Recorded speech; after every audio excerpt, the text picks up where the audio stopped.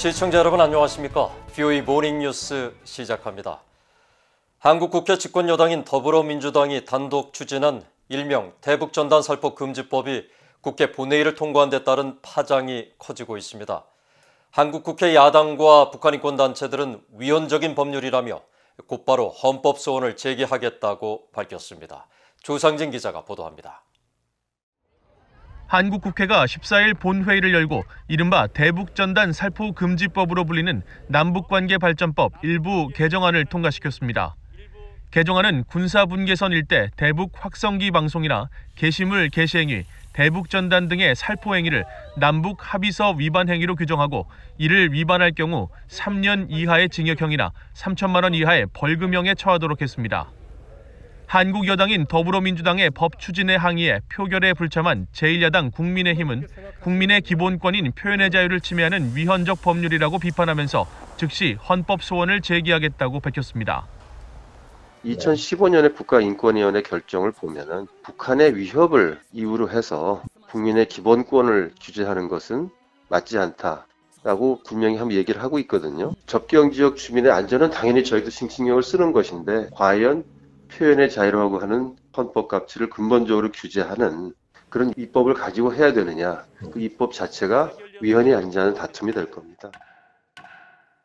북한 인권 활동을 펼치는 민간단체들도 남북한 당국 간 약속인 남북 합의서를 근거로 국민 기본권을 제한하는 것은 헌법적 가치를 부정하는 행위라고 규탄했습니다. 북한 인권단체인 전환기 워킹그룹 이영환 대표는 변호사단체, 북한 인권단체, 탈북민단체 등 24개 민간단체들이 함께 해당 법률에 대한 법적 절차를 준비하고 있다며 문재인 한국 대통령이 해당 법원에 서명을 하는 대로 법적 절차에 돌입하겠다고 밝혔습니다. 법을 대통령이 서명하는 순간 헌법재판소에 효력 중지 가처분 신청 그리고 헌법 소원을 제기해서 이 법이 왜 이제 그 과잉 입법이고 잘못된 법인지를 또 헌법의 위반인지를 다투는 그런 법적인 쟁송 절차로 들어가겠습니다.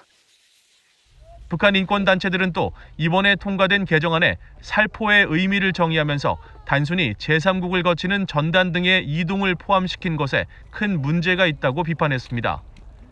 중국 등 제3국을 통한 USB 전달 등 대북 정보 유입 자체를 막으려는 것으로 한국 여당이 입법 취지로 내세운 군사분계선 인근 국경지역 주민들의 안전을 위한 것이 아닌 대북 정보 유입을 완전히 차단하려는 과잉 입법이라는 지적입니다. 이에 대해 한국통일부는 15일 설명자료를 통해 대북전단 살포 금지법 제정으로 북중 국경을 통해 USB를 북한에 반입하거나 제3국에서 북한인에게 물품을 전달해도 처벌을 받는다는 것은 사실 무근이라고 해명했습니다. 통일부는 한국의 영토 영해에서 살포한 전단 등이 제3국 영공이나 영해를 거쳐 북한으로 들어갈 경우에도 규제의 대상이 된다는 의미라면서 접경지역 국민들의 생명권이 표현의 자유보다 우선한다는 기존 입장을 거듭 강조했습니다. VOA 뉴스 조상진입니다. 한국 정부와 집권 여당의 대북전단 살포 금지법 처리는 표현의 자유를 침해하는 것으로 강하게 우려한다고 미국 하원 외교위원회 공화당 간사가 밝혔습니다. 마이클 맥카울 하원 외교위 공화당 간사는 14일 VOA에 보낸 성명에서 표현의 자유는 민주주의의 핵심 가치라며 미국 의회는 초당적 다수가 폐쇄된 독재 정권 아래에 있는 북한에 외부 정보를 제공하려는 노력을 오랫동안 지지해왔다고 밝혔습니다. 그러면서 한반도의 밝은 미래는 북한이 한국처럼 되는 데 달려 있으며 그 반대는 아니라고 강조하고 한국 국회 대북전단 살포 금지법 통과 조치에 우려한다고 말했습니다. 앞서 미국 의회 초당적 기구인 톰 랜토스 인권위원회 공화당 측 공동의장을 맡고 있는 크리스 스미스 하원 의원도 성명에서 대북전단 살포 금지법은 한국 헌법과 국제규약에 따른 의무를 명백히 위반하는 것이라며 한국 정부에 대한 관련 조사를 위해 미국 의회 청문회를 소집할 방침이라고 밝힌 바 있습니다. 최근 유엔 안보리에서 북한 인권 문제가 논의된 건 중요한 진전이라고 인권 전문가들이 평가했습니다. 특히 최근 몇 년 동안 북한 인권 논의에 불참했던 미국이 참여한 건 의미가 크다고 강조했습니다. 오택성 기자입니다. 그레그 스칼라튜 북한인권위원회 사무총장은 14일 지난주 유엔 안보리에서 북한 인권 문제를 논의한 뒤 미국 등 8개국이 공동 성명을 낸 데 대해 유엔 안보리에서 북한 인권이 논의된 사실 자체가 매우 중요하다고 강조했습니다. 특히 북한의 정치범 수용소 문제부터 신종 코로나 바이러스 대응이 인권에 미치는 부정적인 영향 등 북한의 주요 인권 문제를 제기한 것을 주목했습니다. 그러면서 안보리 차원의 성명을 발표하지 못한 것은 분명한 한계지만 북한 인권 문제 해결을 위해 주요 국가들이 목소리를 모으고 행동에 나선 것을 높게 평가했습니다. Sense that you see that coalition of like-minded states taking shape again to address North Korean human rights issues. And I think that is a very positive development. 앞서 유엔 안보리는 지난 11일 비공개 화상회의를 통해 북한 인권 문제를 정식 안건이 아닌 일부 국가가 기타 안건으로 북한 인권 문제를 다룰 것을 제기해 논의가 이루어졌습니다. 이후 미국과 영국, 프랑스, 벨기에, 도미니카 공화국, 에스토니아 등 안보리 이사국 7개국과 일본 등 8개국이 북한의 인권 탄압 상황을 규탄하는 공동 성명을 발표했습니다. 브루스 클링너 헤리티지 재단 연구원은 그동안 북한 문제에서 인권이 뒤로 밀려있던 점을 언급하면서 안보리가 북한 인권을 다뤘다는 것은 환영할 발전이라고 평가했습니다. I think it's a welcome development. Anytime there's a focus on North Korean human rights violation is good because it too often is ignored or forced to take a back seat to the international focus on North Korea's nuclear and missile programs. 수잔 숄티 북한 자유연합 대표는 미국이 국제 무대에서 다시 북한 인권 문제 논의에 참여한 것이 중요하다고 말했습니다. We're trying to do that, and that's why in the past the U.S. was silent on this, but that strategy did not work, and so now they've found their voice again to speak out on these human rights issues. 숄티 대표는 유엔 안보리에서의 이번 논의가 정식 안건이 아닌 비공개 회의였다는 점에 아쉬움을 나타내면서도 코로나 바이러스 대유행 이후 심해진 북한 인권 탄압과 정치범 수용소 실태, 여성에 대한 폭력, 탈북민 강제 북송 등 전반적 문제를 언급한 성명의 내용은 매우 훌륭하다고 평가했습니다. VOA 뉴스 오택성입니다. 일본 정부가 북한 인권 침해 문제 개발 주간을 맞아 국제 납북자 문제를 다루는 심포지엄을 개최했습니다. 일본과 한국의 납북 피해자 가족들은 특히 더 이상 기다릴 수 없다면서 북한 당국에 납북자 모두를 즉각 송환할 것을 촉구했습니다. 김영교 기자가 보도합니다. 일본 정부는 지난 12일 납치 문제 해결을 위한 국제 협력이라는 주제로 개최한 국제 심포지엄을 통해 납북자들의 귀환을 더 이상 기다릴 수 없는 문제라고 밝혔습니다. 가토 가츠노부 일본 관방장관 겸 납치 문제 담당상은 납북 피해자 본인과 그 가족들의 나이가 고령이 돼 사랑하는 가족들이 서로 만나지 못하고 세상을 떠나고 있다면서 이제는 한치의 여유가 없다고 강조했습니다. 最愛の子どもたちを取り戻すべく全身全霊で取り組んでこられた有本嘉代子さんが本年2月に横田滋さんが本年6月にお嬢様の恵子さんめぐみさんとの再会を果たすことができずご逝去されました。 가토 장관은 그러면서 북한의 납치 문제 해결은 일본의 주권과 일본 국민의 생명 및 안전에 관련된 일본 정부의 가장 중요한 과제라면서 최근 스가 요시히데 총리가 조 바이든 미국 대통령 당선인과 전화 통화를 해 납치 문제를 포함한 북한 문제에 긴밀히 협력하기로 했다고 밝혔습니다. 1977년 북한에 의해 납치된 요코다 메구미 씨의 남동생 타쿠야 씨는 북한의 김정은 정권이 독재자들이 도달한 운명이 어떤 것이었는지 직시해야 한다면서 북한에 남아있는 모든 납북 피해자들을 동시에 귀환시키기 전까지 가족들은 절대로 포기하지 않겠다고 말했습니다. 金正恩委員長に伝えます。あなたが人権問題である拉致問題解決する勇気を判断しさえすれば北朝鮮は明るい未来を描くことができます。私たちの家族を返してください。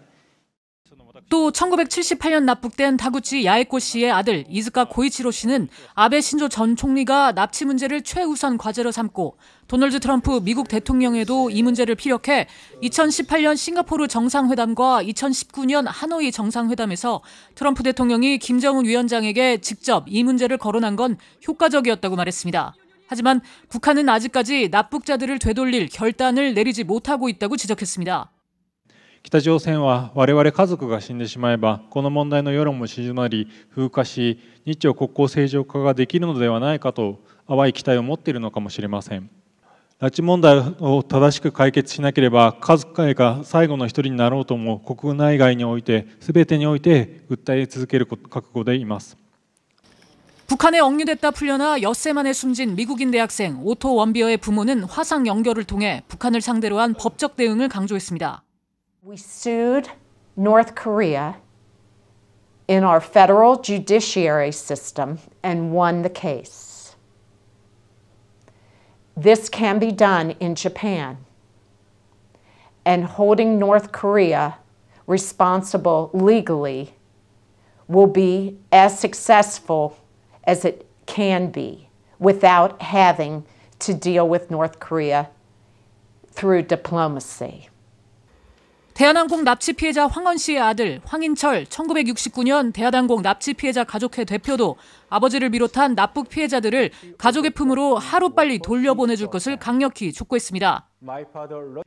일본 정부는 지난 2006년 납북자 문제를 널리 알리기 위해 북한 인권 침해 문제 개발 주간을 제정해 매년 관련 행사를 열고 있습니다.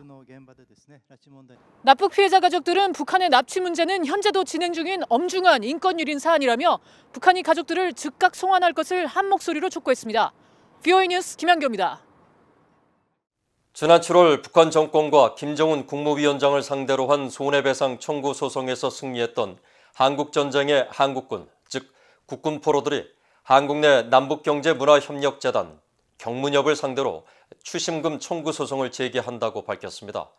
한국 내 민간단체인 물망초 국군포로송환위원회는 15일 보도자료에서 지난 7월 승소 판결 이후 서울중앙지법이 추심명령을 내렸음에도 남북경제문화협력재단이 차일피일 미루면서 손해배상액 지급을 거부하고 있다며 서울 동부지법에 추심금 청구 소송을 제기할 것이라고 밝혔습니다.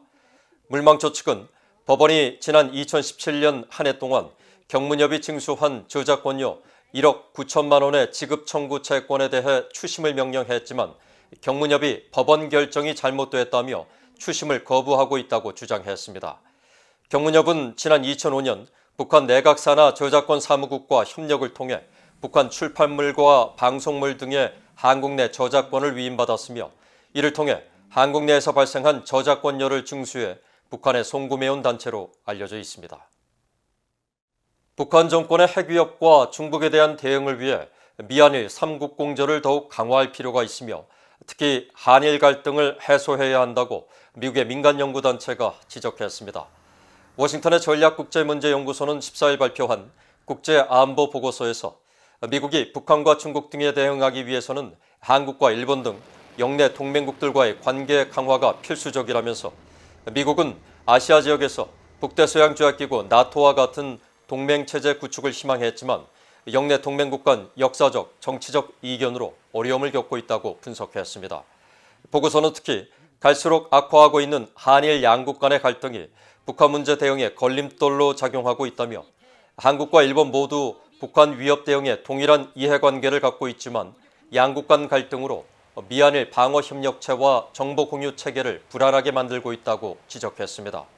보고서는 또 적국들이 미국이 주도하는 동맹체제의 취약성을 파고들고 결속력을 와해시키려는 노력을 지속하고 있다면서 북한의 경우 군사력 증강과 광범위한 비대칭 전력 개발을 통해 국제사회의 복잡한 안보 문제를 야기시키고 있다고 지적했습니다.